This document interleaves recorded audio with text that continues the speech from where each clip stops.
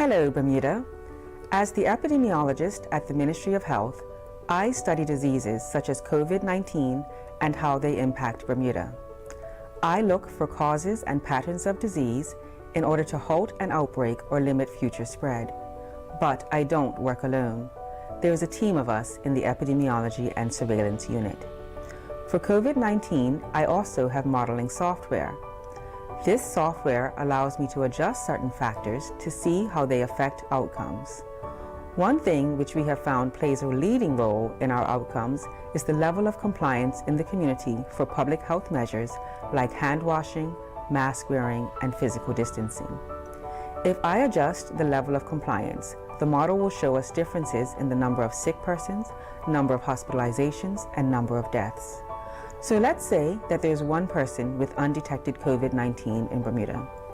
If as a community we do not follow the recommended public health measures, this could lead to over 200 sick persons, 10 hospitalizations, and 1 death in 60 days. If we did follow them, it could lead to only 2 sick persons with no hospitalizations or deaths.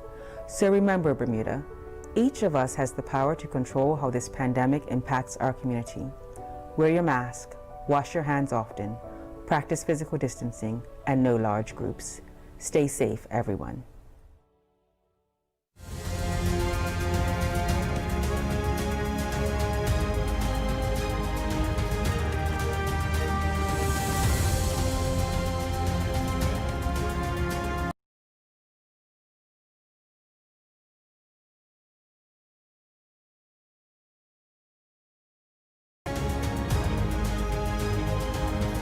Good evening, Bermuda, and welcome to the members of the media who are assembled here this evening.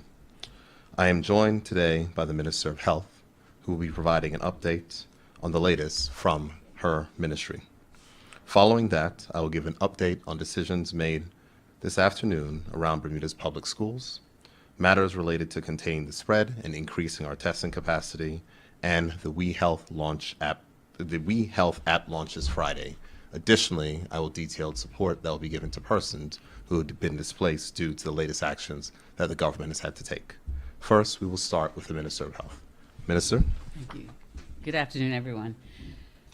There were 929 test results received by the Ministry of Health yesterday on the 7th of December 2020, and 24 were positive for COVID-19.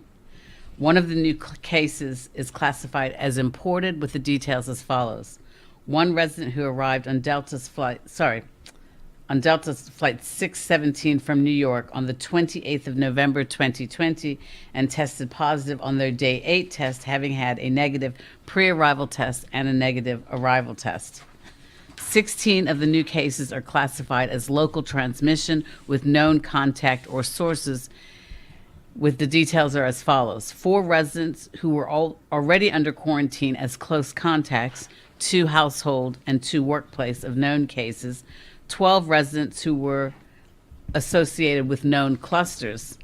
The remaining 7 new cases are classified as under investigation. These cases are amongst residents who had no history of travel or any currently identified links to any other known cases or clusters. Bermuda now has 330 total confirmed positive cases, and their status is as follows. There are 98 active cases, of which 96 are under public health monitoring and 2 are hospitalized, with 1 in critical care. A total of 233 have recovered, and the total deceased remains at 9. The average age of all confirmed positive cases is 48, and the age range is from 0 to 101 years. To protect privacy and confidentiality, the average age and age range of those hospitalized persons will not be revealed. The average age of all deceased cases is 74, and the age range is 57 to 91 years. The source of all cases is as follows. 129 are imported, 156 are local transmission with known contact or source, 21 are local transmission with an unknown contact or source, and 24 are under investigation. It should be noted that as the investigations proceed, transmission categories may change. The 7-day average of our real-time reproductive number is greater than 1, namely 1.26. Bermuda's country status is under review, but is currently cluster of cases. The The determination of the country's status is done in collaboration with the Pan American Health Organization, which reviews countries' data on a daily basis. As you can see, today's results are not good. 24 new cases to report in just one day. We must do better by curbing our risky behaviors that lead to further spread of COVID-19. And we must remember to do the following. Reduce your bubble sizes. Choose only one or two other households to socialize with for the next few weeks. When you meet others, meet outdoors and wear masks and observe physical distancing. Wear your mask properly. Wearing a mask with your nose is exposed is like wearing no mask at all. Consider postponing events until it is safer. Avoid indoor spaces, crowded places, and close contact. And ensure your workplace is also following the COVID-19 protocols. The ministry's contact tracing investigation strongly suggests that it is social mixing of gatherings of people that are most likely to produce the local transmission and positive cases, as is currently happening right now.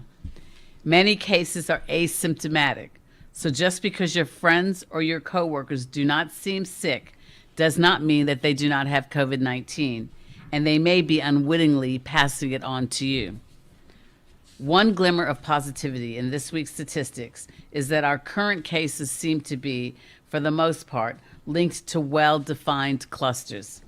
This doesn't mean that there is necessarily a link to imported cases, but that's still some good news as far as a contact tracing perspective that can be linked to common exposure events and locations. But if people continue to ignore the public health measures, we will see more and more cases and we will head down the path to community transmission.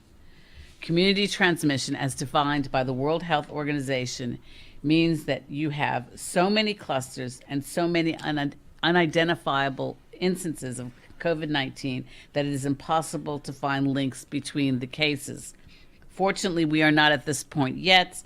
However, as I said, we each play a very important and vital role, and we must play our own part to ensure that we do not get to community transmission. One thing that helps to protect our community is obeying the quarantine instructions. If the Ministry of Health has contacted you to tell you that you or your child is a close contact of a case and must be quarantined, this means remaining home from school, work, or other activities for 14 days. In the case of children, this means not attending birthday parties, sporting events, social or extracurricular activities. And I'd like to spend a few moments speaking about that last point regarding extracurricular activities. From the reports that I'm hearing, there seems to be a discrepancy between the school environment and the children's extracurricular activities in terms of ensuring protective health measures are followed. In schools, children are kept in their year group and class bubbles, something which the schools and the teachers have worked very, very hard to maintain.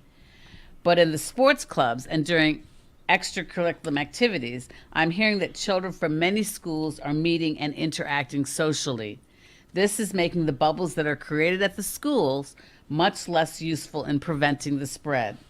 Therefore, I am appealing to parents and organizations that run these activities to please be mindful of this and act in accordance with the health guidelines that are posted on coronavirus.gov.bm.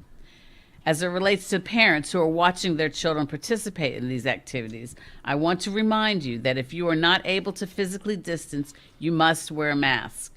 Yes, even if you are outdoors. I will now provide information on further testing opportunities for residents. First of all, I would like to thank those GPs who assist us with testing. Your help is critical to building up Bermuda's testing capacity. Our new testing schedules, which will be operational from the 14th of December, will provide testing continuity to our residents as it will not change by month to month, and it will be a fixed schedule. Also, we have added more testing slots, and the new locations create more capacity for community and group testing, as well as testing of those persons that are symptomatic. Furthermore, our new locations provide us with shelter from the elements, as they can be converted from a drive-through functionality into indoor locations, Currently, if it rains, pop-ups have to close, and these new locations give us certainty that testing can proceed, rain, blow, or shine, regardless of the weather. The new schedule will be as follows. Testing on Mondays will take place at the Bull's Head Car Park from 10 a.m. to 2 p.m. for non-symptomatic persons and 2 p.m. to 4 p.m. for symptomatic persons.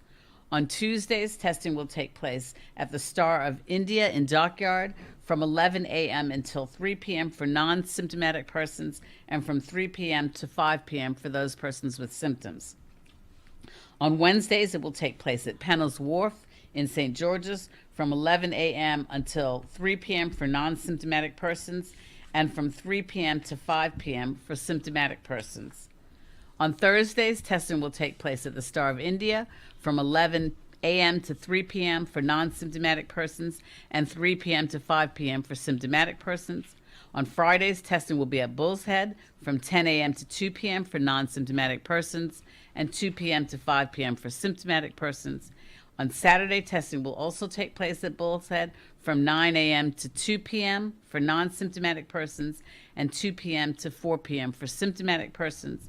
And on Sundays, testing will take place at Pennell's Wharf from 11 a.m. to 5 p.m. for travelers and non-symptomatic persons. Persons can go online this evening. Can be located at coronavirus.gov.bm. Additional community testing was being arranged at PROP Post Office between 10 a.m. and 2 p.m. with the aim of starting that tomorrow. However, unfortunately, as a result of the increased numbers of positive cases which we've seen today, we must focus most immediately on the testing needs that arise from the contact tracing investigations of those 24 individuals. These are the priority cases, and regrettably, we cannot accommodate walk-ins at this time. To be clear, for those who have appointments at the pop-ups, we will be moving the appointments made from December 14th and afterwards to the new sites. We will send out an email correspondence directly to those persons with the new locations and the times for their testing. Going forward, there will be no more pop-ups at the marketplace. The Ministry of Health would like to deeply thank the marketplace for being such a gracious and accommodating partner over these last several months.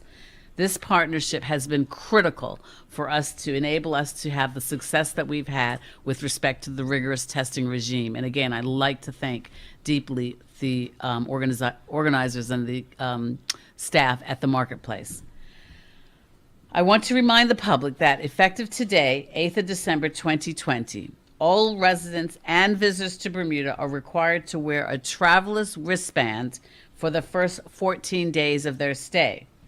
The wristband serves to remind travelers to be careful of their movements and follow the first 14 days guidance in order to help to minimize the spread of COVID-19. The wristbands also remind the public of the additional precautions for travelers during those first 14 days. However, I want to remind everyone that Bermuda's borders are open and we continue to welcome visitors and returning residents home. The increased number of COVID-19 cases has made it necessary to step up a number of precautions across many sectors in order to avoid more stringent measures. But Bermuda is known for our hospitality and our friendliness, and the wristbands should serve as a reminder to locals to extend a warm welcome to the wearer and show our traditional warm Bermudian hospitality. Whilst we have to maintain our physical distance, we can and must show even greater kindness and cordiality to all our incoming travelers. I should note that the removal of the wristband is not permitted and can result in a fine in the sum of $500, as well as home quarantine and the requirement to wear an electronic monitoring bracelet. Persons who do not wish to wear the traveler wristband will quarantine at their accommodation for 14 days. On Saturday, the Ministry of Health advised members of the public that an individual who attended the funeral of Charles Henry Eugene Eberly on Saturday, the 28th of November, 2020, at Malabar had since tested positive for COVID-19. We advised any member of the public who attended this event to call the COVID-19 hotline to arrange COVID-19 testing. So far, we are aware of 9 positives associated with this funeral. but we only know the status of those who have been tested. And therefore, we are urging anyone who went to the funeral to get tested. It is vital in ensuring that we halt further spread. On that same topic of getting necessary information, last night government issued a release asking for members of the public who had attended 3 particular venues at certain times during the weekend of November 28th and 29th to contact the Ministry of Health to arrange COVID-19 testing, as there had been a potential COVID-19 exposure at each venue. This advisory was issued because our contact tracers had not received adequate contact tracing information from these locations, and the advisory was the most expedient way to contact all of those individuals who may have attended these events. One site which was mentioned, which was Friday's Trampoline Park on the 28th of November between 11 a.m. and 9 p.m. We can confirm that Fridays has provided us with the required information, so those who need to be contacted will be contacted. Regrettably, we received this information several hours after we had requested it. As is the case with many investigations, the first 24 hours are vital in establishing the close contacts.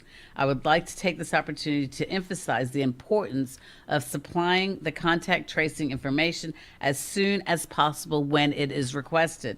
This is absolutely critical. And now a quick update regarding the COVID-19 vaccine. I want to reassure members of the public that vaccine selection is a carefully considered process prior to the distribution. The Ministry of Health will monitor the vaccine's rollout in the United Kingdom and ensure the cold chain requirements and any safety concerns before distribution here in Bermuda. When we are independently satisfied that we are going the right way with the right vaccine for our population, then we will start vaccinating our residents and not before. We will start with vaccinating people who are medically vulnerable, seniors, healthcare workers, and the essential workers. In the coming weeks, we will be organizing series of interactive sessions to encourage the public to ask questions and to get direct answers from medical professionals concerning the vaccine. In closing, I would like to ask persons who are contacted by our contact tracers to please be forthcoming with information as it pertains to your close contacts. We need this to be able to trace the potential spread. This confidential information you provide to the contact tracers may help to save a life. Thank you.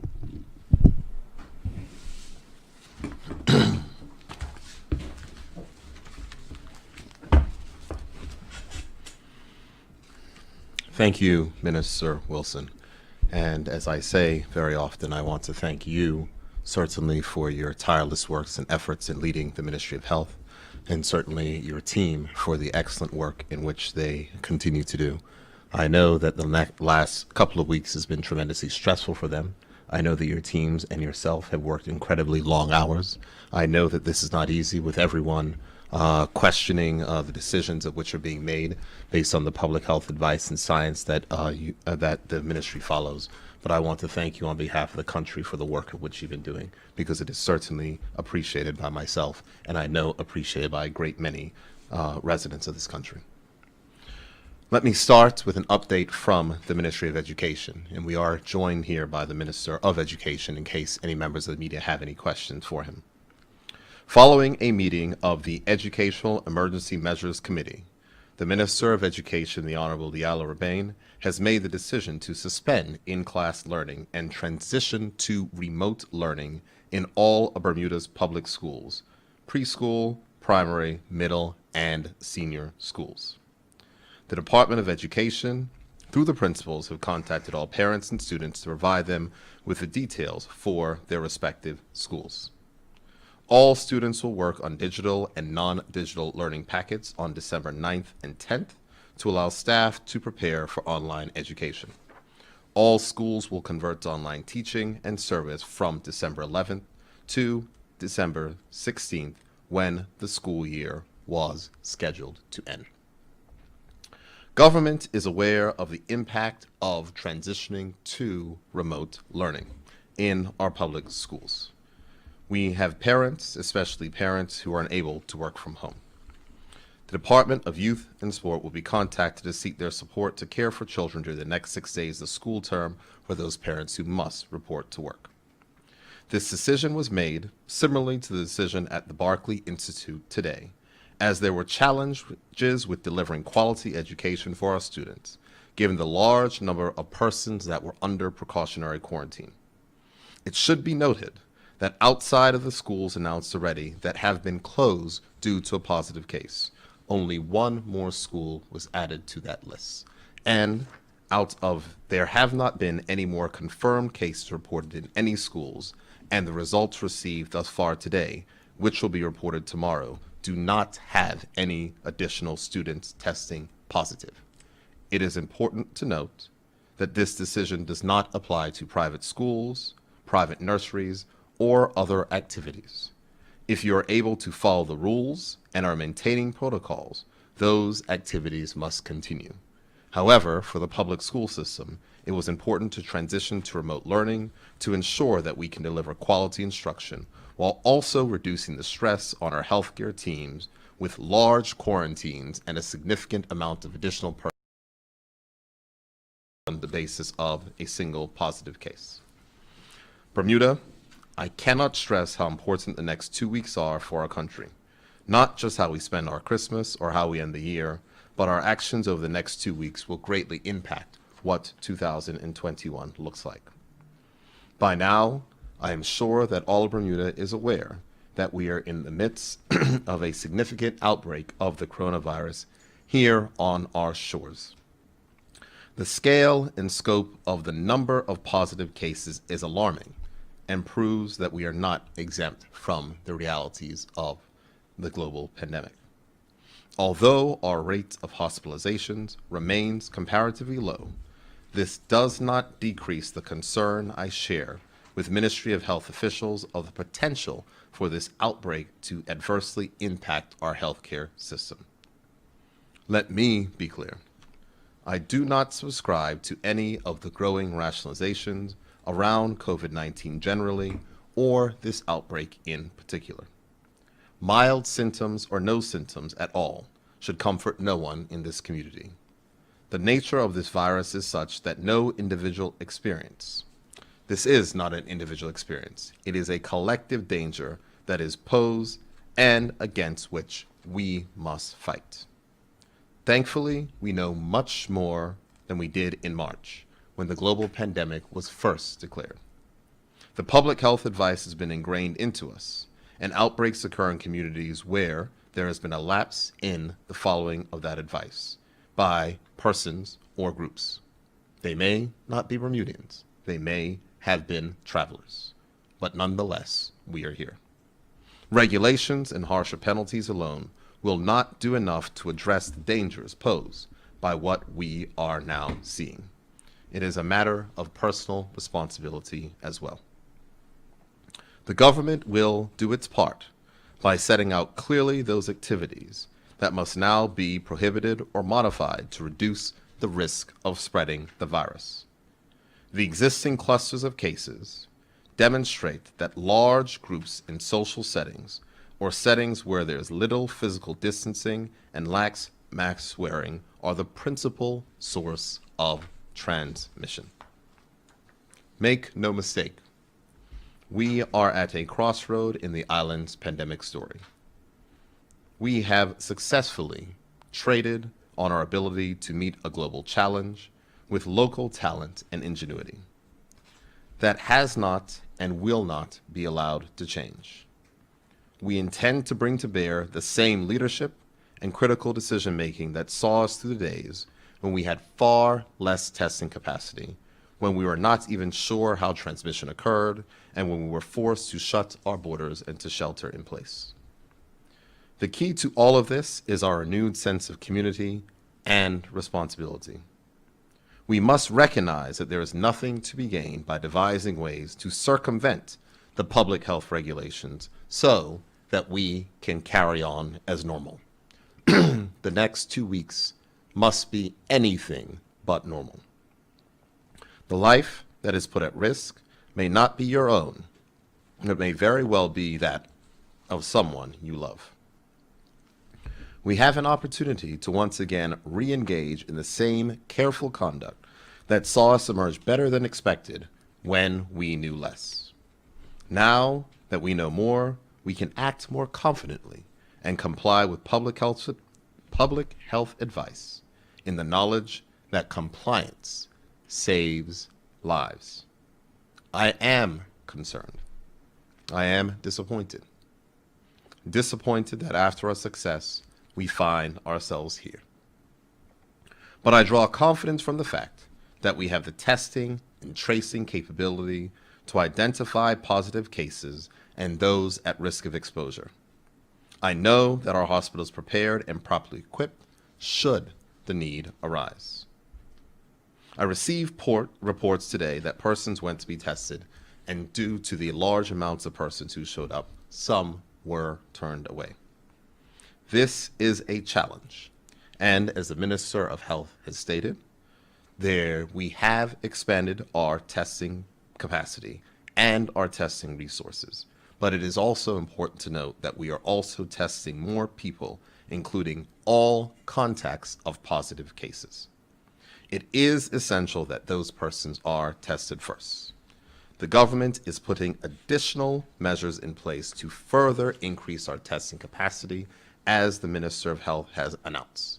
There was a notice on my social media that there would be walk-in service at Perot tomorrow. The minister has said that that is not going to happen because there are additional positive cases and close contacts need to be tested, as those are higher priority.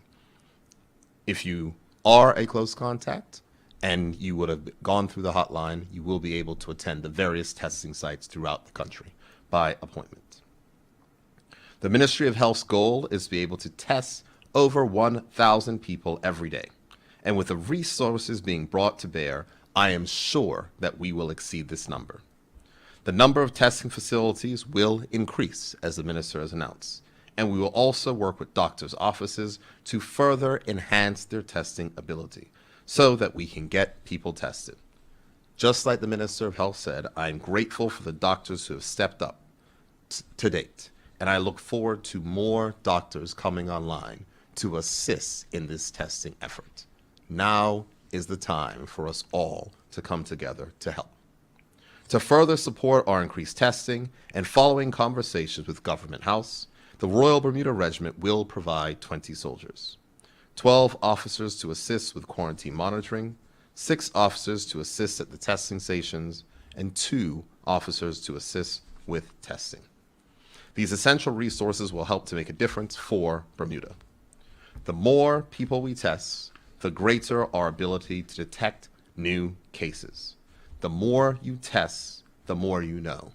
And we are testing a great many persons at this time. And it's important to note that many of the persons that we are testing are already in protective quarantine. If you have questions about getting tested, please contact the COVID-19 helpline at 444-2498. Again, that number is 444-2498. They are open from 8 a.m. to 10 p.m. to answer any questions that you may have about getting tested. Also, if you have questions regarding the coronavirus generally, you can always go to the website coronavirus.gov.bm. We each have a role in how we will spend Christmas this year. If we limit our interactions as we move about the island over the next 2 weeks, if we keep our bubbles small and follow all of the public health guidance, we will contain this outbreak. Unfortunately, the activities and the actions taken by the government will have a negative impact on some in this country, specifically those who work in bars and clubs. All persons put out of work will be eligible for assistance, and the Minister of Finance has indicated that the temporary unemployment benefit will be made available again. Persons who have been put out of work in bars and clubs will be eligible for up to $1,000, which will be paid electronically.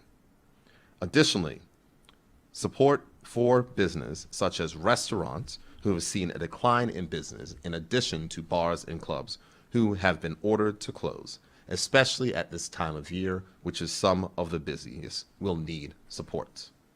The Bermuda Economic Development Corporation will provide grant support during this difficult 2-week period.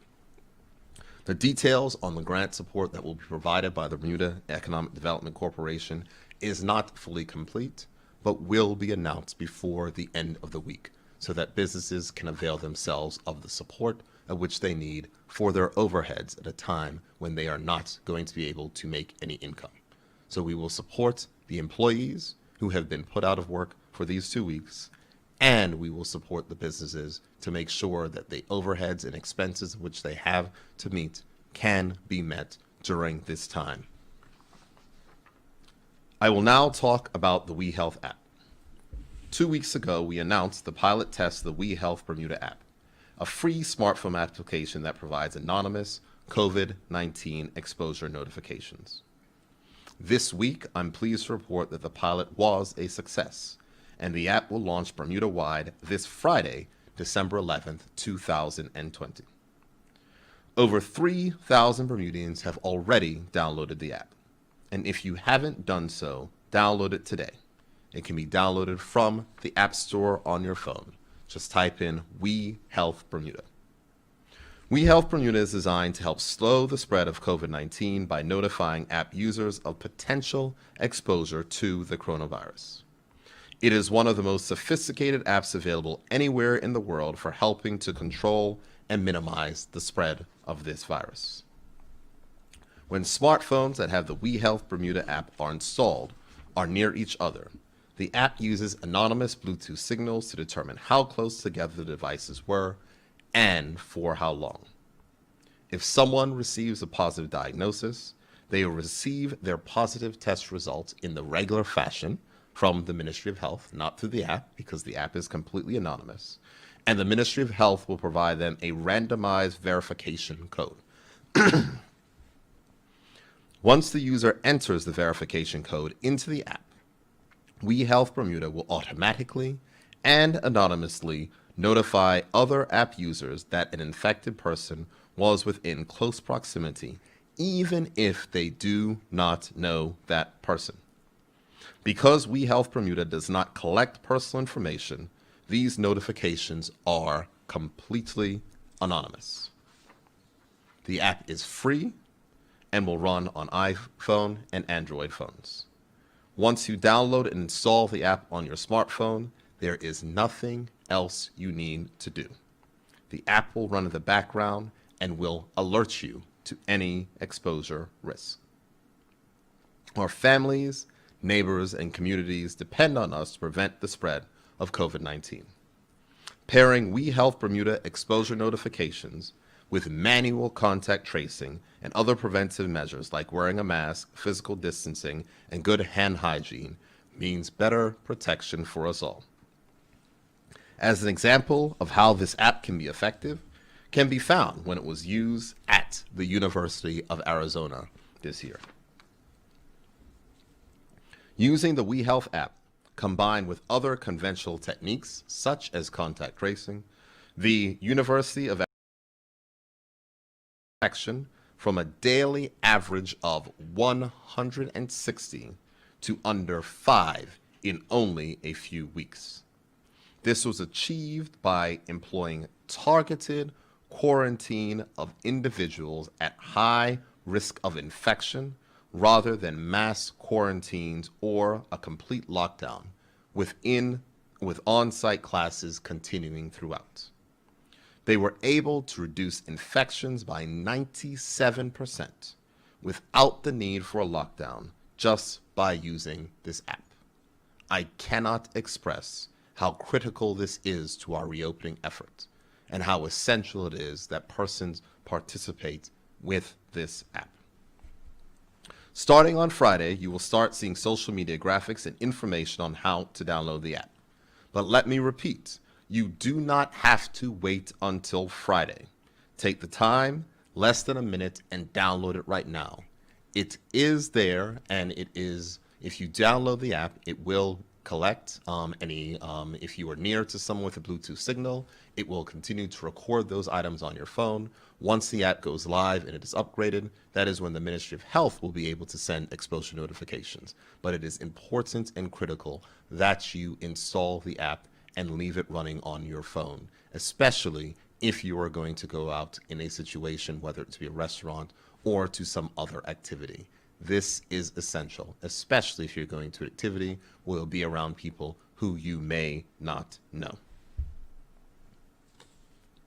Your actions will help to make a difference for your family, your neighborhood, and this island. So please encourage your friends, families, and coworkers to download the app as well.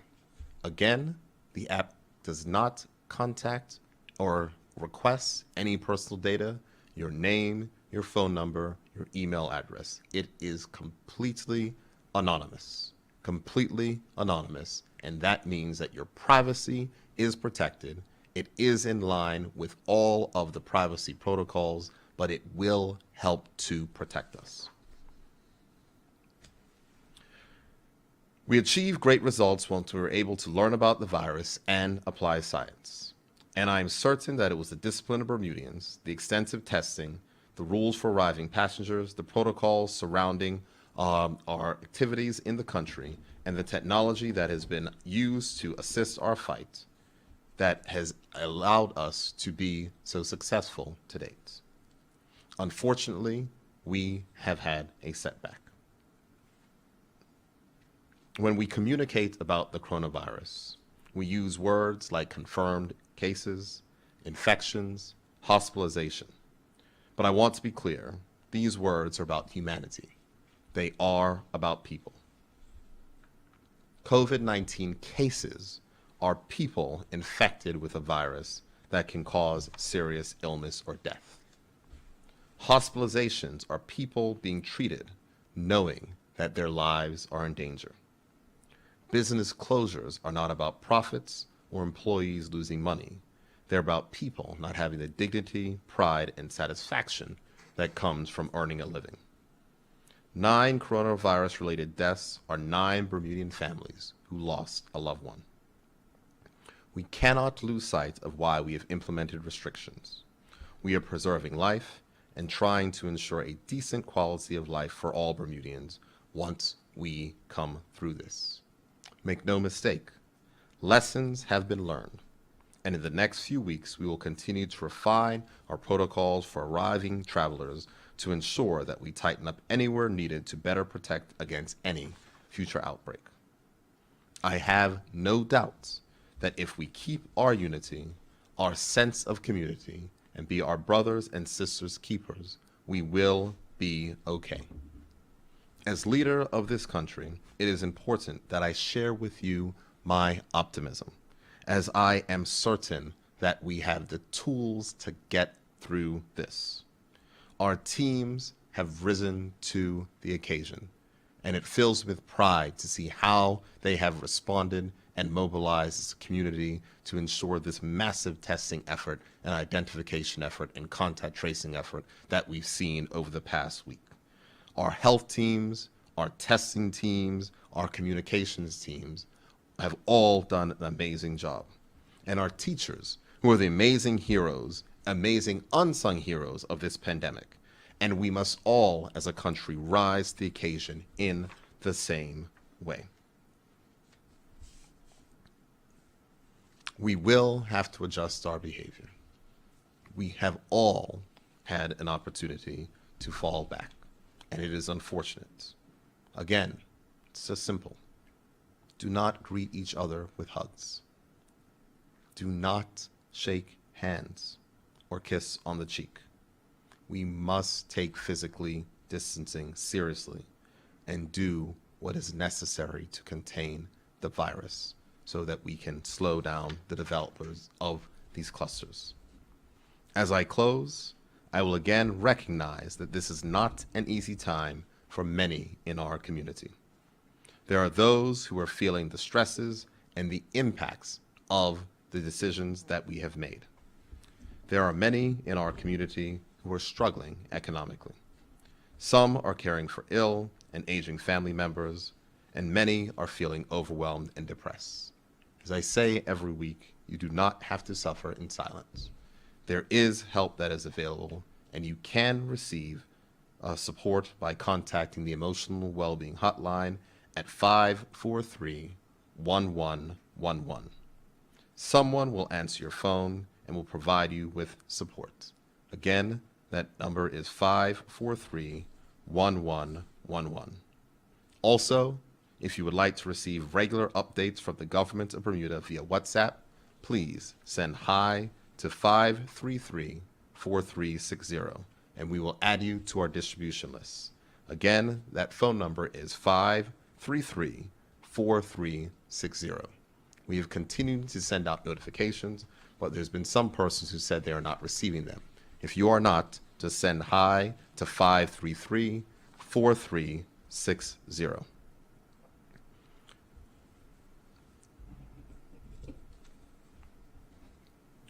This Bermuda is now up to us.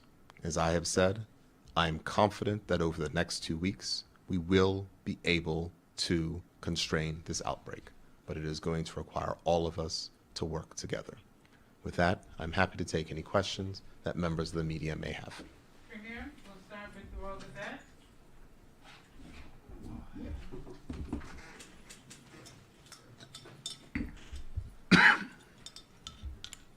Good evening, and thanks for having us. Yes, Ms. Wilson, I think I'll start with you. You spoke of, you called them common exposure events. We were wondering, obviously without revealing too much about people's identities, if you could talk us through a bit more of the, I guess, common movements of those people who have been testing positive, who have unknown links. Are they people that have been going to restaurants frequently or meeting with family frequently? Can you give us more on that, First of all, perhaps? Jonathan, I need to commend and thank you for recognizing the need for us to remain confidential with respect to specifics concerning individual cases. I think that's critical, and I thank you for adhering to that request. What the contact tracing team has identified with the new cases that we've spoken about in the last several weeks is the fact that many of these cases can all be linked to social gatherings, places where persons are congregated in very close proximity, not necessarily wearing masks and adhering to the other public health guidelines. So in essence, they're in places that the spread and the contact could have been avoided had they exercised the public health guidelines. So that's what we're referring to, is that they've observed that these are effectively social gatherings where persons had not adhered to public health guidelines, all avoidable. Right, thank you. Second question was if 20 people are allowed to gather outside, just to be specific, how many people are allowed to be together on the inside? I'm sure people are thinking of Christmas time and things like that. Well, the public health regulations that have just been signed that we've spoken about over the last couple of days prohibit gatherings in the size of 20. So the maximum gathering size is 20. 20 is what you got. Beg your pardon? Yes, so 20 is, that's it. Correct. You spoke about the... Can I just add that, Jonathan? Oh, yeah. That doesn't necessarily mean to go out and have 20 people at your house from different bubbles. We're still trying to emphasize the point that we, as particularly for the next several weeks, we're encouraging people to have small bubbles. If you have to have 2 social contacts of bubbles, then limit it to that. It doesn't mean necessary, because if you have 20 people from 20 different households, you've got 20 different bubbles. And remember, every bubble has a bubble. Thanks. You mentioned the funeral at Malabar. I think that was November 28th. Yes. And there's been, was it 9 people I think I said 9. that had tested positive? Yes. We just wanted to ask, I mean, there were subsequent large events that were allowed to go ahead. There was a funeral on, apparently on December 5th. Why were they allowed to go ahead? Was it just that we didn't know at the time the extent of the spread that had happened at that particular event? When the contact tracing starts, when there's a particular case and the contact tracing exercise commences, and then in the course of the investigation, it was discovered that there were more persons that were associated with that particular event. However, as a result of that, and as well as the cases that we've seen and the increases, that's why you would note that we have amended our legislation. The governor signed off on it tonight, which allows, like I said, in addition to a requirement of 20, it also means that the large gatherings that we've spoken about, where the Ministry of National Security has power to exercise her discretion to grant large group gatherings, but it also allows for her to revoke any. And you would have heard the Premier speak on Sunday about the revocation of large group gatherings for the next 2 weeks. With these tracking bracelets that we've heard about, is there any consideration of fitting them on visitors who are on the mobile quarantine? Okay, if I may just say something, there are no tracking bracelets. So that's just very pejorative language. So I just want to make sure that we're clear on that. There are no tracking bracelets. There are the quarantine bracelets, which are paired with a phone, which make sure that you stay at your location. There are no tracking bracelets. But the minister will answer the question on the bracelets for travelers. There's two types of bracelets, right? There's the quarantine monitoring bracelet that is fitted on individuals who do not have a pre-arrival test, and they're required to quarantine for 8 days. And then we have the traveler's wristband that I spoke about that's being implemented from today, which is effectively a bracelet that that identifies. Remember we spoke about last week the 14-day traveler's continuum? So that allows persons to know that that individual is either a visitor or alternatively a resident who has traveled recently to the island, and they will have that band on. So that's what we're referring to as the traveler's wristband. It also allows the traveler to remind themselves that they have a 14-day continuum that we've spoken about insofar as what activities they can and cannot do during that 14-day traveler's continuum. We've been calling it the traveler's first 14 days. Yeah, I guess what I was referring to erroneously was the quarantine monitoring bracelet. I thought, yeah, exactly, yes. It's the monitoring bracelet is the bracelet that is fitted on individuals, like I said, who have arrived to Bermuda and do not have a pre-test. And they wear that for 8 days because there's an 8-day quarantine. Well, what I was asking, is there any chance of expanding that to, the folks who are on mobile quarantine? Well, we're trying to get away from the phrase mobile quarantine because unfortunately it's caused a little bit of disquiet in the community because mobile suggests movement and quarantine suggests stay, which is why we're calling it the traveler's 14 days, first 14 days. However, insofar as the use of the monitoring bracelet that you're speaking about, again, it's for those individuals that do not have a pre-test, or alternatively, in certain slight circumstances where we've observed that persons may not necessarily adhere to the 14-day quarantine, then those persons are fitted with a bracelet. But more often than not, it's used for persons arriving in Bermuda that do not have a pre-test. Thanks. Just so we're clear, the technology is for them to stay in one place. It's not to follow around. Right. Gotcha, sir. Yeah, I guess my last one. I mean, hindsight being what it is, obviously we brought in these measures now. Would we have preferred to have implemented these measures, say, last week, when we started to see the numbers going up, rather than waiting until this week? Obviously, it's not pointing a finger, but, last week we did start to see these numbers start to Correct. rise. We meet very regularly. There's the Cabinet Committee, COVID subcommittee that meets regularly. We have ministry meetings within the Ministry of Health daily concerning a number of matters as it relates to COVID and the levels of transmission. So we have been watching the space, and it was decided when we publicized the information on Sunday. Cabinet met, and we decided that there should be some further restrictions with respect to movements and the like to try to address the issue that we've seen with respect to the rise in cases. But again, as the Premier indicated, I think it's critically important that we recognize that this rise in cases is all avoidable. We should not be in this position that we're seeing ourselves in right now. And the fact that people are failing to adhere to public health guidance is why we're here. And it's extremely unfortunate because we've done so well for so long that the circumstance that we're in is entirely preventable. Jonathan, we got complacent and we believed our own hype. And certainly there's responsibility on that for all of us. You know, when you have certain clusters with 22 persons from a particular event, I remember speaking from this place here a few weeks ago and saying that, you know, where people were criticizing us for, you know, targeting bars and targeting certain establishments and certain types of places. And the fact is, if you're in an environment where you cannot wear a mask, it is important that you are observing those precautions. And just as I said, that one person inside of a room could end up infecting 30 people in a few hours, we're seeing these very large clusters which have emerged. And so I don't want to overstate where we are, but I'm not trying to understate where we are either. I think that we have taken quick action when we had seen this surge taking place. Could we have acted sooner last week or 2 weeks before? Yes, we could have. Absolutely. Is there probably, if we have something else in the future where we might act sooner? Possibly, we will consider that.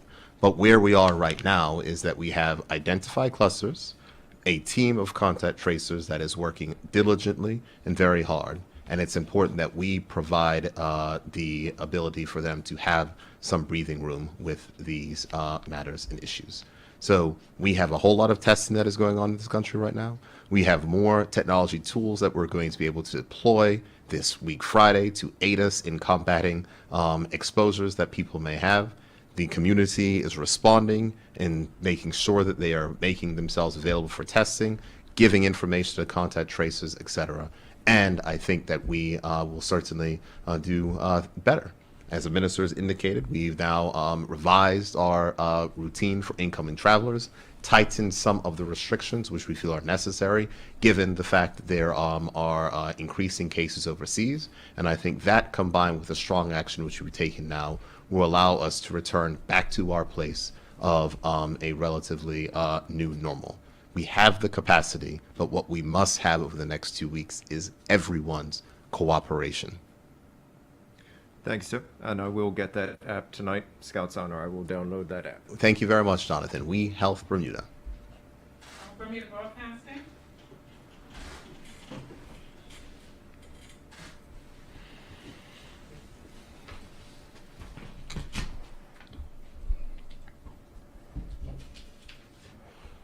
Good evening, Don Burgess, Bermuda Broadcasting. Health Minister, I was glad to hear that there's going to be increased testing available because the last couple of days I've heard people trying to get in and book tests and they haven't been able to. And we have a central one just for you. That's awesome news. Do you know what percentage increase the testing availability is going to be? I don't. What normally happens is they test approximately 3 people every 5 minutes. And I know that we've extended each facility by several hours in the beginning of the day and in the evening. So there will be certainly enhanced capabilities for testing because of the extension of the hours, particularly as well as the fact that they will be able to be moved indoors if there's inclement weather. So we won't have to just cancel a pop-up because it's raining.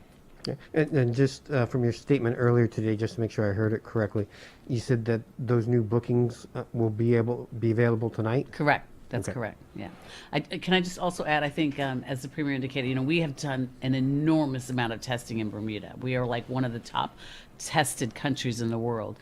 Just over the last 10 days, we've tested over 8,000, run over 8,000 tests. So we've always said it, very aggressive in our testing, and the fact that we are making more options available by having these sites that will be fixed locations. So you'll know every Monday it's at such and such. Every Tuesday will not change because of the weather. There'll be fixtures on the calendar, and as of this evening, you can go ahead and start logging onto the coronavirus.gov.bm and schedule your testing appointment. Okay, thank you very much. You talked a little bit about vaccinations and getting the vaccine. In the UK, you said it started. Government has said Bermuda will be getting the vaccines as part of the overseas territories as well as via COVAX facility. Are there any regulatory steps necessary for Bermuda before the vaccine can be approved and implemented here? And when will the first doses arrive on the island? The approval mechanisms with respect to the vaccine in Bermuda will similarly be those that are adopted overseas. So if the equivalent of, for example, the FDA in the United States, and then I can't think of the name of the person that the association in the United Kingdom that verified the Pfizer. Once that process has been taken place, then we too will do our own independent review to make sure that it adheres to our standards and make sure that it does what it says it's going to do. So obviously, we'll yield to the research and the data that's been driven by these particular institutions that have already had the vaccine validated. And so far, there's only been the one, which is the one out of the United Kingdom. So we'll do our own internal processes as well, but mostly it will be guided by the recommendations of the international bodies that have approved those vaccines in either the United States or alternatively the UK. Okay, and the second part of that question is to when we can expect the vaccines on the island? We had a meeting, I believe, last week with Public Health England, and they were anticipating that we would be able to receive them, I think, within the next week or two. I can advise that on Friday I will be delivering a ministerial statement that will provide the most current, full, up-to-date information that we have currently with respect to vaccines. Okay, thank you.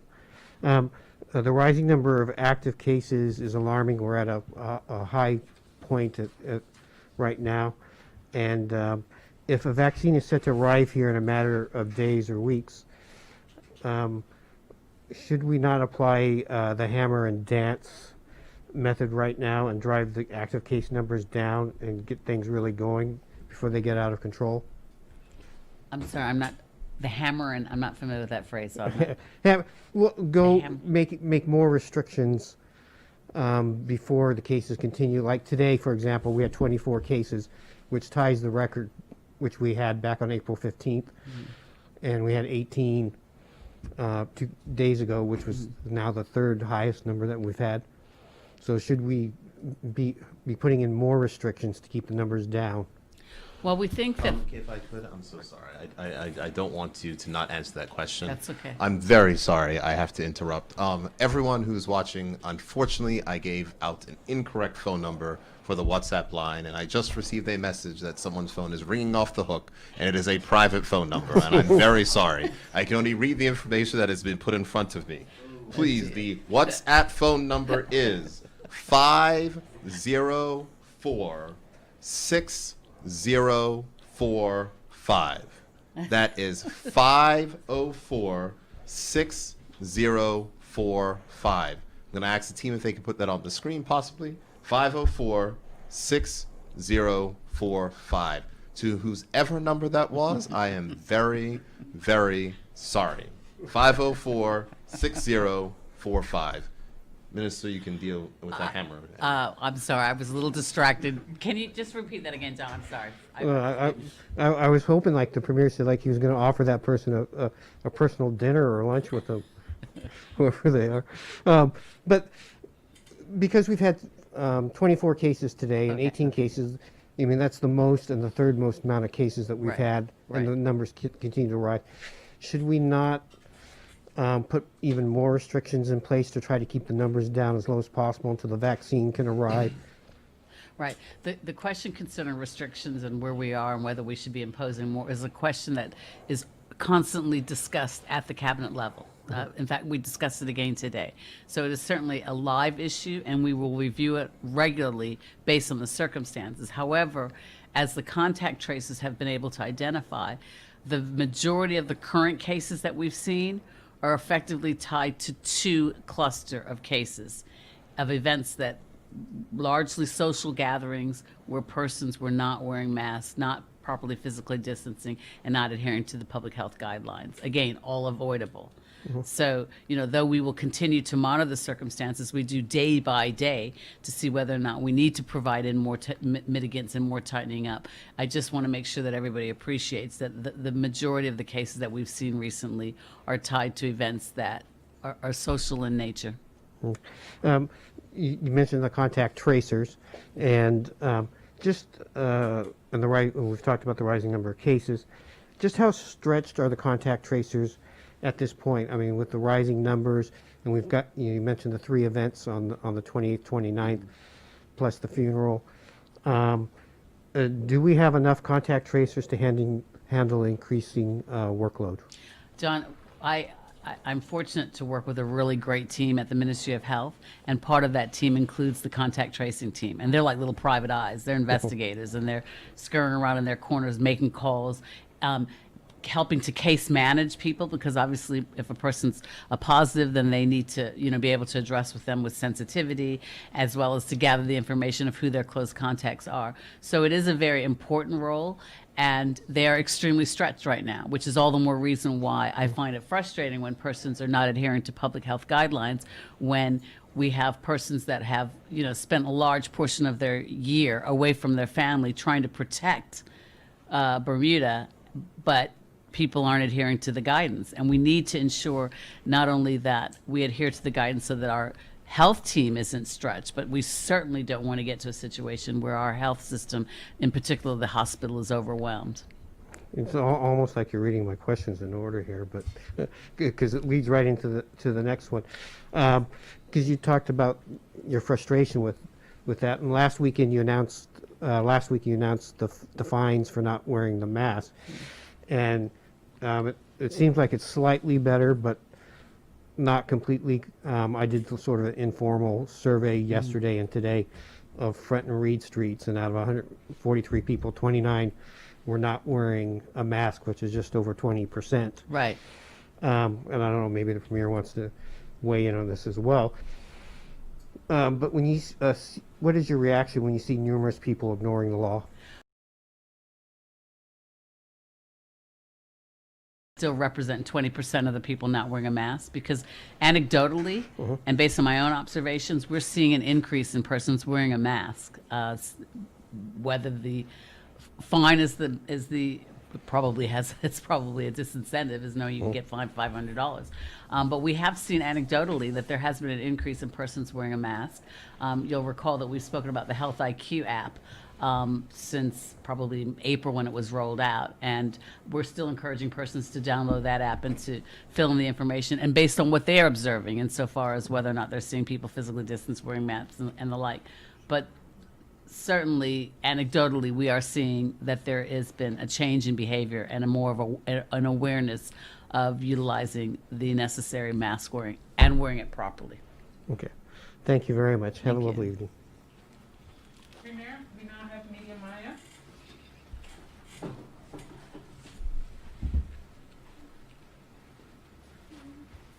Good evening. Good evening, Maya Palacio here for Media Maya. My first question, which may have been similar to what Don may have asked, is will you be increasing the COVID hotline workers? Because there's been so many people calling the hotline, they're saying they can't get through to anybody. So will those numbers be increased? Insofar as staffing, I do not believe so. We have increased the hours. We have also implemented it's like an automatic call. You're put on hold. I'm not sure what the proper terminology is, but it is manned, and we've extended the hours for the facility. And I can't say whether offhand there's more. We're looking to employ more persons, but we certainly have extended the hours to address the increase in demand of calls. Thank you very much. And again, for you, Minister Wilson, what does the wristband look like exactly? What's the color of it? And how can It's people yellow identify it? right now. It is a yellow wristband, and it's a fluorescent bright, almost like the yellow of that microphone. And for those that may not be aware, yellow is the color, the international color for quarantine. Thank you very much. And Minister or Premier can answer this. What was the average age of today's positive cases, the 24 cases? You want me to answer? Average age, 31. Median age of the 24 cases, I believe, was 23. That was the median age. So yes, it is younger. Question from a member of the community. If a church wants to have a drive-in service where people remain in their cars, is it still limited to 20 people? The large gathering sizes are churches. Large gatherings are 20, but Churches. church activities are exempt. Capacity. Right. It's the capacity of where you can physically distance. So if you're, I guess, on a field, as long as you've got physical distancing between the cars. But churches are exempt from that particular 20 maximum large gathering rule. Yes, Thank and Services, church services. Thank you. church services, as per the regulations that were laid out, churches are limited to 20% capacity indoors. Thank you. And Mr. Premier, this question's for you. For people out of work, you mentioned that there will be a temporary unemployment benefit, and you said it will be the sum of $1,000. Is that $1,000 a week or $1,000 for the 2 weeks? $1,000 for 2 weeks. The law was it was $500 per week. Those funds we made available. We're trying to make sure that we streamline the process. We certainly know that there are individuals who, in the business which have been forced to close, such as bars and nightclubs. We also recognize that for persons in the hospitality industry, restaurants and otherwise, due to the fear, are that persons are not going out to eat at restaurants and other things. What I would say is I would encourage, the fact is that, yes, we do have an outbreak. And yes, we do have a lot of cases that are active right now, but our health teams have done a really good job. I will continue to support our local establishments following the precautions of which are being laid out. And I would encourage persons who are able to do so, who are not on quarantine, to go ahead and to do so too. But recognizing that restaurants will have reduced capacity and services as well, because persons will not be going to those places as much as they would have been doing, especially in that busy season. We're going to look to provide income support also to restaurant workers, in addition to supporting the businesses such as restaurants and bars and nightclubs with their overheads, which will certainly be a factor in this time. They'll still have to pay rent at the end of the month. Their health insurance and social insurance will still need to be paid, and of course the power bills won't go away. And so we're cognizant of that. And the last thing that we want to do is, make people choose between, obeying what they need to do and going out. And so that's important. Additionally, for persons on quarantine, that will be handled where persons can go ahead and apply. But for persons in the persons in bars and nightclubs specifically, we're going to make sure that we provide direct relief. We're also going to provide income support to those persons over the next 2 weeks in restaurants. But it is important to note that if you abide by the guidelines which we've laid out, install the WeHealth app on your phone, go out and eat in your groups, and go out and support. It's not a license to stop what it is that we're doing, but it is a license to remember that we must follow the precautions of which have been laid out. The precautions are proof positive, and they work. Thank you. My next question is for the Minister of Education. Minister of Education, you got a question? Evening, Minister. Good evening. My question for you, probably months back now, there were laptops that were given to the ministry to distribute to the students. Were they ever distributed, and how were they distributed? And thank you, Media Maya, for allowing me to clarify that, because I do understand that there is a persistent narrative on social media that laptops were given to the ministry to be distributed. And let me explain. Back during the pandemic, we received laptops from a few of the IB companies, and those were specifically for teachers. Those have been distributed. We received a grant from the Hassel-Plattner Foundation of around $600,000. All of that money has been used to order laptops, which I made a statement on last week, that those laptops were ordered in August when we received the money, and unfortunately they are on back order. We expect to get them in December. Okay, thank you very much. You're welcome. And also, so another question for you pertaining the schools today, that they have now been, all public schools are now doing remote learning. How long would that be for? The end of the term is next week, Wednesday. So it'll be until the end of the term? Yes. Okay, and then also for the fact that if we look back into when schools started to get that close contact, it started out from actually nurseries and then moved to primary, moved to middle. Now we're in high school. Was there any thought, when you saw it gradually moving up from year level to year level, to stop it any sooner and quickly, go back to remote learning? Our COVID guidelines within our schools have proven to be very safe. there has not been any student or any teacher that has contracted COVID within any of our school buildings. And so our guidelines were working. And so until they were proven not to be working, we would have continued on. What we are doing now is out of an abundance of the fact that our teachers, because of them being quarantined due to incidences that have happened outside of our schools, we're finding that we're having challenges with our staff within the school system. And so so we've decided to go remotely because we're seeing staff not coming into the institutions based on the fact that they have to quarantine or they are generally sick. The idea, and I'll give you an example of the Barclay Institute.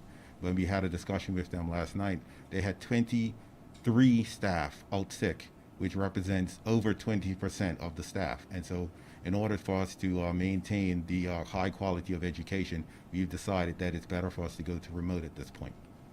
Okay, thank you. And my final question is actually for Minister Wilson. When persons get tested for COVID at the stations, are they also tested for the flu virus as well? It depends. If they're tested privately at their physicians, then oftentimes the physician, depending on the circumstance, will test them for both viruses. Okay, thank you very much. Mm-hmm. Premier, we have Trevor Lindsay on the line. Go ahead, Trevor. Good evening. Trevor Lindsay via cell phone, TNN. Premier or Minister of Health, the frontline workers that have been put in place to work at these testing locations are mostly part-time or short-term government employees. And some are classified as independent contractors. Many have been required to get their own health insurance, resulting in many getting bare minimum of HIP insurance. Do you think the government should cover these workers with comprehensive insurance, knowing they are working, knowing they are working at high-risk right now based on COVID-19? Many of those persons that you spoke about, the vast majority are not part-time, but they are contract workers. So under government, under the terms of the contract, oftentimes persons that are contract workers are responsible for securing their own insurance. They're paid at a straight time, and then they secure their own individual private insurance. Some of them may have HIP, some may have major medical. I don't know the particular circumstances, but as is most of the case, when you're a contract worker or a consultant, you're responsible for paying your own pension and insurance. Next question. On the same note, some of them are working between the contracts are between 3 to 4 months. Are there any thought of hiring these individuals full time, being that these testing facilities are going to be around for a little while, at least a year or more? That's not something that that's not something that I have any type of day-to-day involvement with. We do have the incident command that are actually responsible for hiring the testers, so that's just something that they deal with themselves. I think that at this point there are, the majority of them are actually consultant contractors that are there full-time. Some of them may have other sources of employment and be filling in part-time, but that's not a matter that I have day-to-day involvement with. The only thing, Hold on. Thank you, Trevor. What I will say is, Trevor, is that I recognize and understand where the question and the point at which you're coming from. One of the things of which we've stated is that persons on long-term temporary contracts should be entitled to some benefits. I'll go ahead and have a look of that because if there are persons that are on long-term contracts, I do not want them to be in long-term contracts without benefits, and see what, if anything, can be provided. So thank you for raising that issue, and happy to go ahead and take a look at that, because that is something that we've said from a government perspective that we do not encourage in the private sector. So it's certainly not something that we want to have in the public sector. And I know that in the government there were persons in that circumstance of which we found the measure to make sure they can at least have some measure of benefits. Next question. Tonight, and I'm sure I'm going to ask the same question. This 4412898 hotline number has been extremely overworked, I would say. Are there any thoughts of putting another contact number, or a few contact numbers for individuals to call? My reasons why I asked that, there's been a group of persons that I know personally that have been trying these numbers to get results after being tested over the weekend, and 3 days have gone by and they still doesn't have no results from their tests. That the COVID hotline has been very, very busy as of late. And like I said, what we've done to address that is to not only extend the hours of operation, but also to provide, forgive me, I don't know what it's basically an answering machine so that you can leave your contact details and then you'll be called back. We've always maintained that the results of testing normally are within 24 to 48 hours. And generally speaking, we do adhere to that. I've actually addressed a couple emails from some persons today that have been tested on Sunday and hadn't had their results yet, but they have had them. So, and they are within the 48 hours. Next question. Next question. Will GEHI cover the cost of COVID testing at private labs? Currently, there are only one who do not pay the cost of tests at this private facility. Booking online, these organizations, the booking online are now stretching out to January. And earlier tonight, you did indicate that you would make contact with private test facilities. What I said earlier tonight, I indicated that we, as of the 14th of December, were setting up new testing facilities, and those hours have been extended so that there would be more availability for persons to book online for their testing, and they can commence that tonight. With respect to your question about GHI, I need to confirm that, but to my knowledge, the testing is free, so I don't believe that there's any reimbursement from GHI or any other insurance institution for the COVID test, unless it's perhaps a fuller panel, including a flu. I don't know that offhand, though, because it's free to the members of the public, so. And Mr. Lindsay, I'd just like to confirm that the Ministry of Health and their excellent team have updated the testing locations. So testing is not in January. There's testing available next week. And I do understand that there is attempts to even make additional pop-ups over the next few days. But again, the focus is to make sure that we deal with the close contacts and those other persons, as this is a scientific effort as much as it is a community effort. And that's where the intents are focused. That's the reason why these numbers are rising so quickly, because the Ministry of Health has been able to contact persons who may have been exposed, to get them to testing and to make sure that they are isolated, and to contact their contacts and to get them tested and to make sure they're isolated, etc. That's what this is about. Before, that was not necessarily the that strong effort. And in individuals, as I explained on Sunday night, because there was limited testing capacity. If there was a house and there were persons inside the house, they're quarantined in the house, we wouldn't use our limited testing capacity to test those people. Now we test those people. And so there were people who were symptomatic who we didn't test at that time. This is just a different time and a different effort of where we are. And so it's important to keep it in context, certainly. It's important to, look at the positivity rate, look at the amount of people of whom we're testing, etc. And so from this perspective, we are Catch the People. It is a measure of the incredible work of the Ministry of Health teams. And we will continue to see new cases as we continue to contacts of persons of whom we know, just to make sure that we are constraining this current outbreak. If we work together, I'm confident we will, Trevor. But there are new testing lanes that are open, so that is available there. And Trevor, I have to check on that question that you asked about GEHI, because I do know that, if you go to the testing facilities, it's free, but I need to confirm that if you go to a private physician, what is the status insofar as the reimbursement rate for the insurance. So I'll have to find out, Trevor, and I'll get back to you. All right. Any further questions? Yes, this is my fifth question coming up. Premier or Health Minister, we seem to be under the number of 100 positive cases in Bermuda with a population of 60,000 people. There is 100 to 1% full recovery, with a full recovery rate of 99. Are you alarmed, or are you? How do you feel at our position right now? We only have basically 1% of our population, not even our population. It's a 99% recovery rate. So is it any need to panic? Trevor, there is not a need to panic, but there is a need to follow public health guidelines. That is key. And I want to state it again. Yes, the number of cases is alarming without question, but it is due to the fact that we are the 5th most tested country in the world. We have deployed amazing testing capacity. We've tested almost 15% of our population in the last week. So we are doing that work, and we are doing the work which is necessary. And the tests which are reported don't even match the saliva test screenings which are taking place as well.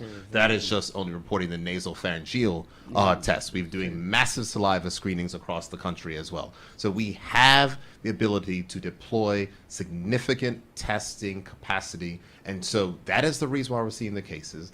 It is not a time to panic, but it is a time to pause, to make sure that the contact tracers can catch up with what they're doing, to ensure that we do not have large super spreading events, which are leading to these very large numbers of outbreaks. And so we can find out where those cases are, and to ensure that we can constrain this outbreak. So no, it is not a time to panic. What it is a time to adhere to the public health guidance very, very firmly. Any further questions? And my last question, Premier, there seems to be a lot of discussion of Bill Gates visiting Bermuda quite a few days ago. Are there any truth to that? Have you had any meetings with Bill Gates? I am an IT person, and I remember I grew up in the age when Microsoft was created. I would have loved to have had an opportunity to sit down and have a conversation from an IT perspective with Bill Gates. I have not met Bill Gates. I do not know if he was in Bermuda recently. I have no information that he was in Bermuda recently. I do understand that he and his family may have been here over the summer. I do not have information that he's been here recently, and I have not met with him. But what I will say is that there are a lot of persons who may have, for one reason or another, affiliate persons on whatever activities they're involved in. Let me be clear. The vaccine that is going to be made available to this country is a revolutionary type of medicine. And I hope that Dr. Weldon, I know that Dr. Weldon has explained it, because that's actually how I got to meet Dr. Weldon, talking about genes and how there are new types of medicines in the world. The vaccines, the Moderna vaccine, the Pfizer vaccine is the one that will be supplied to Bermuda shortly, is revolutionary medicine. It is absolutely revolutionary. And I think that it is going to be massive advances in science. I'm not going to get into the debates where persons are talking about the conspiracy theories and all the other things which they're going to say. What I'm going to say is that I am grateful that Bermuda is going to have access to a therapeutic vaccine that has been found to have a 95% efficacy, which is far and above any vaccine that has been produced in human history. This is important. It is something that is an advance for science inside of this world. And whether people like Bill Gates, don't like Bill Gates, like whomever else, or don't like whomever else, the fact is that this vaccine will help to end the pandemic. No one's going to be forced to take it, but those persons who will do their research are welcome to have access to it, and we will ensure that we have the access to that vaccine so that persons can go ahead and get themselves vaccinated. Thank you, Premier. If there are no further questions. Thank you very much. Before I close, I saw a few comments. Someone sent me a WhatsApp message and asked me if I'm feeling okay or if I have been tested. Just as a note, I get tested twice a week. So I am, as of yesterday, I am certainly got a negative result from the Bermuda Government Molecular Diagnostic Laboratory. That doesn't mean that I do not continue to take my precautions, wearing the mask and doing what's necessary, and that's important that everyone does that as well. Bermuda, this was a relatively long press conference. A lot of information was shared. And as we stated and indicated from the Minister of Health's perspective and from my perspective, we are in a critical phase. Please obey public health guidance. Please wear a mask. Stop shaking hands. Stop hugging. Stop kissing. Let us make sure that we do what is necessary over this pause that has been implemented over the next 2 weeks so that we can grasp the scale of this outbreak and get to a place where we can enjoy our Christmas holiday.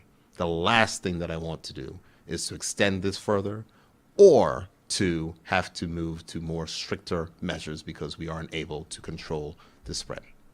We have the tools, we have the technology, we have the ability, and I'm certain that with our cooperation, we will be okay. Thank you very much for your attention. Thank you, Bermuda, and good night.